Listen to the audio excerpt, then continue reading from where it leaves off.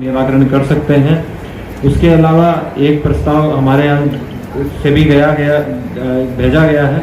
बेडना अंतर्गत नया थाना निर्माण करने का एक प्रस्ताव जो है वो भेजा जा रहा है और नियर फ्यूचर में वहाँ पे भी एक नया थाना का जो है निर्माण किया जाएगा, ताकि जो इतना दूर लोगों को आना होता है, कोई भी उनको समस्या होती है थाने में, तो उसका निराकरण हो सके। बाकी जो कहेंगे कि उसको हम सब सर का बहुत बहुत धन्यवाद। सर ने आने वाले समय में जो पुलिस विभाग की तरफ से योजनाओं या जो भी कार्य किया जाना है उनके बारे में बताया और वर्तमान में जो किए गए कार्य है उनकी भी जानकारी दी। अब कार्यक्रम को आगे बढ़ाते हुए हम लोग उप विकास आयुक्त महोदय को मंच पर आमंत्रित करना चाहते हैं। सर मंच पे आए और कार्यक्रम को आगे बढ़ाते हुए सरकार की तरफ से जो भी योजनाओं का जानकारी है उसके बारे में बताएंगे। सर नाम भी है। आज बाढ़ यहाँ मंचासी एएसपी बाढ़ यहाँ बाढ़ प्रखंड की अनुमंडल स्तरीय पदाधिकारीगण, हमारे मीडिया के प्रतिनिधिगण और सुदूर क्षेत्रों पंचायतों से आए हमारी दीदियां भाई बंधु सभी को नमस्कार।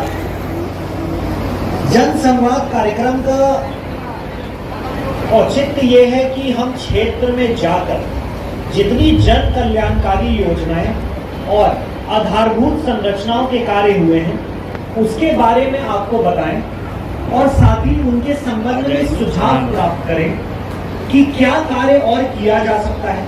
किसी योजनाओं के रूपरेखा में या उसके संबंध में आपके सुझाव हैं या कोई क्षेत्र की समस्या है तो उसको आपके माध्यम से समझें और उस पर अग्रतर कार्रवाई करें।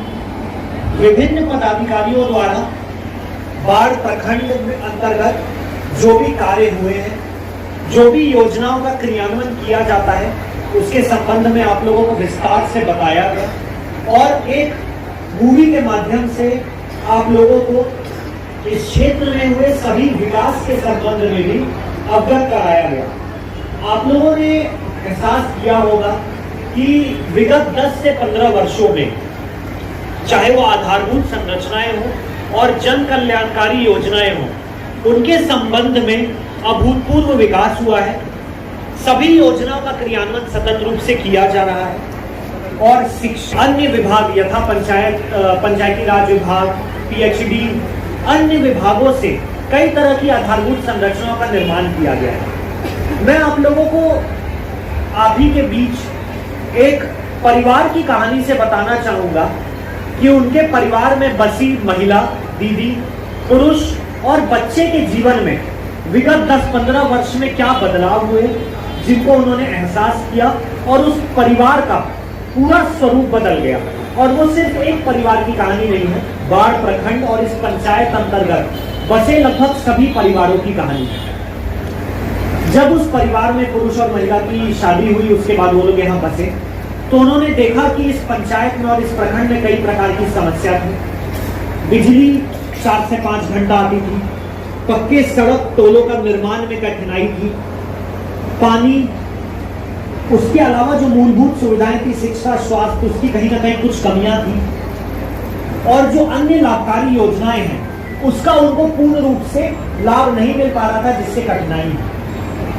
अब जब वो महिला शादी होकर आई, उनके परिवार में अंतर जातीय विवाह हुआ तो उन्हें पता चला कि मुख्यमंत्री अंतर जातीय विवाह प्रोत्साहन योजना है, जिससे उनको समाज कल्याण विभाग की तरफ से 1 लाख रुपए का सातवीं प्रमाण पत्र मिलता है समाज की में इतना बोल्ड स्टेप लेने के लिए, अंतर जातीय विवाह करने के लिए। तो उन्होंने उसका लाभ प्राप्त किया।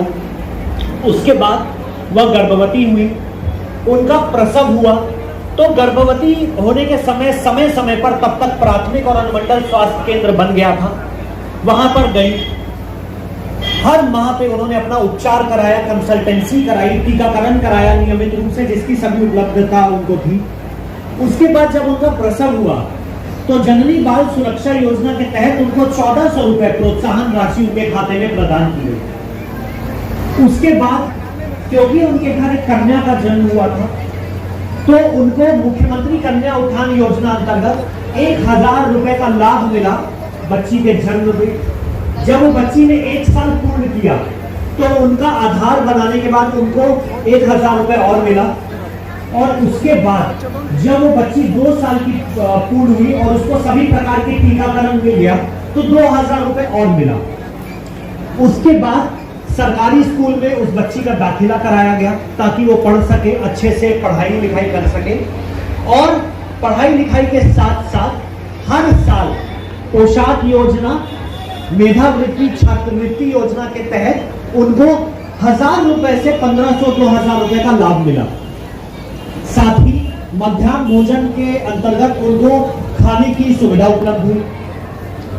उसके बाद बालक बालिका साइकिल योजना के तहत उनको 3,000 राशि रुपए प्रदान किया गया ताकि वो साइकिल खरीद सके और अपने स्कूल और अन्य क्षेत्रों में पठन पाठन कार्य हेतु साइकिल से आवागमन कर सके।